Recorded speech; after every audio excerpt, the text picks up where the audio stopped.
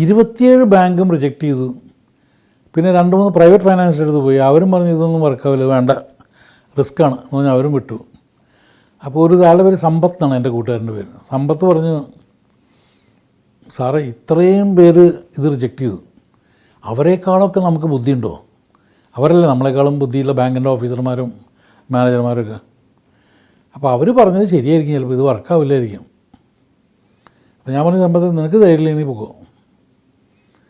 ഞാനിത് ഉണ്ടാക്കിയേ അടങ്ങും, വേറെ എനിക്കൊരു വഴിയുമില്ല. എനിക്കതിൻ്റെ മുകളിൽ കോൺഫിഡൻസ് അത്രയുമുണ്ട്. ആ കോൺഫിഡൻസുകളൊക്കെ ആർക്കും പറ്റില്ല. നിങ്ങൾ എന്ത് പറഞ്ഞാലും ഞാൻ ഉണ്ടാക്കും. By hook or by crook എന്ന് ഇംഗ്ലീഷിൽ പറയുന്ന പോലെ എങ്ങനെയും ഉണ്ടാക്കും. അവസാനം ഒരു മാർവാടി എടുത്ത് പോയി അയാൾ 2 ലക്ഷം രൂപ തരാം എന്ന് സമ്മതിച്ചു, 5% പലിശയ്ക്ക്. 1982-83 ആലോചിക്കണം. 5% പലിശ എന്ന് പറഞ്ഞാൽ വല്ലാത്തൊരു പലിശയാണത് അന്നത്തെ കാലത്ത്. എനിക്ക് നിവൃത്തിയില്ലാത്തവരെ ഞാൻ സമ്മതിച്ചു. അത്രയും വിശ്വാസമായിരുന്നു ഇത് വർക്കാവാതിരിക്കില്ല, വർക്കാവും. മെഷീൻ എടുത്തു, മെഷീൻ കൊണ്ടുവച്ചു.